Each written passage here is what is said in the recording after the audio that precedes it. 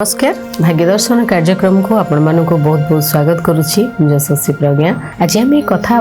नीच भाव ग्रह किभली भाव में आपन को शुभ फल देवे। आपन को आज कहूँ जितेबले कौन ग्रह नीच भाव में था सपोज आपणकर शनि मेष राशि अच्छा शनिकर नीच भाव कौटा शनि मेष राशि में नीच रहिले तुला घर कौटा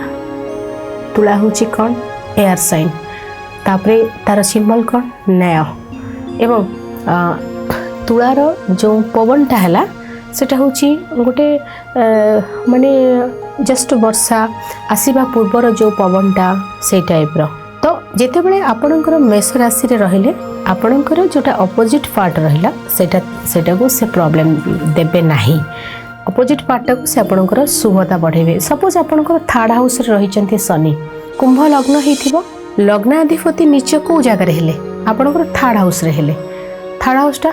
आपण कौन कार्य करने साहस देखा पछ घुंचा देवे भाई भूमि बद देव कम्युनिकेशन प्रॉब्लम करेब इंट्रोवर्ट कर रखिब आपण चुपचाप रे ये सब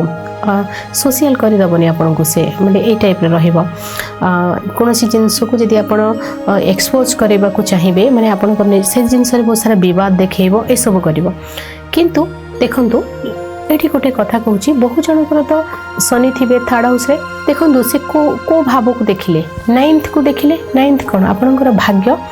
तेणु लग्नाधिपति जितेबाला सप्तम दृष्टि रे नीच भाव रे रही तृतीय रे सप्तम दृष्टि रे नवम स्थान को देखिले से कौन कले भाग्य तो बढ़ेबे ना। कोईलाटा जितेबाला बहुत सारा प्रेसर नौची ना तापर से डायमंड होची तो डायमंड हवा पाई तो ताको प्रेसर नबा को पड़ुची ना बिना जी प्रेसर नेला से डायमंड हला तो प्रेसरटा एत छोट जिनस नुहे बहुत सारा प्रेसर पर डायमंड तो से भाव में शनि थर्ड हाउस रहिले ना कोईलू डायमंड चाहा दुकान 5 स्टार होटल पंकरु पद्म एंड नो डाउट जदि पीरियड आसला आपन को से थर्ड हाउस रो जो 12टा पार्ट रहा ता भीतर से आपन को डैमेज करेबे कारण से भाव रे से नीच रहिले से भावटा को आपन को कर देबेनी तार आ गोटे पार्ट को जदि हम देखिबा बहुत जगह थर्ड हाउस होची आपनकर कम्युनिकेशन आपनकर सोशल मीडिया आपन देखिए बहुत जन कम सारा जिनस को समाज सेवा करते कि हाइलाइट बहुत होती आप थर्ड हाउस जब शनि रही थे आप बहुत सारा सेवा करेंगे आपन कहीं कहबेनि कि आप एति सेवा कहबेनि कहीं से पार्टा को से दरकार भी नहीं ऊपर वाला देखुं ना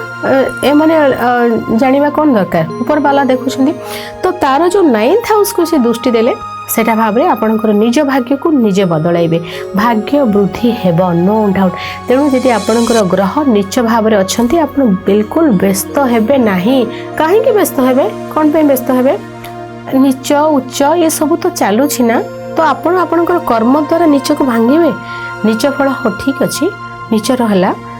तार उच्च फल तो मिलिबो कि नहीं तेणु आम से जिनसटा को सजग रही जावा आमर आज झगड़ा करवा अच्छी आज दिन में आम झगड़ा अच्छे चुप रही जी झगड़ा करवा कथा तार करूँ आम शुणीदबा सही गले तो हो जमी कहती लहड़ी आस मथा नईदेले लहड़ी भांगी पलैযাব तार क्षति करें एक्जाक्टली सेमती नीच भाव में से पार्ट अच्छी तेणु नीच ग्रह को नहीं कष्ट ने ना आज समय हो भाग्य दर्शन कार्यक्रम को ये रखुच्छी विदाय नौछि नमस्कार।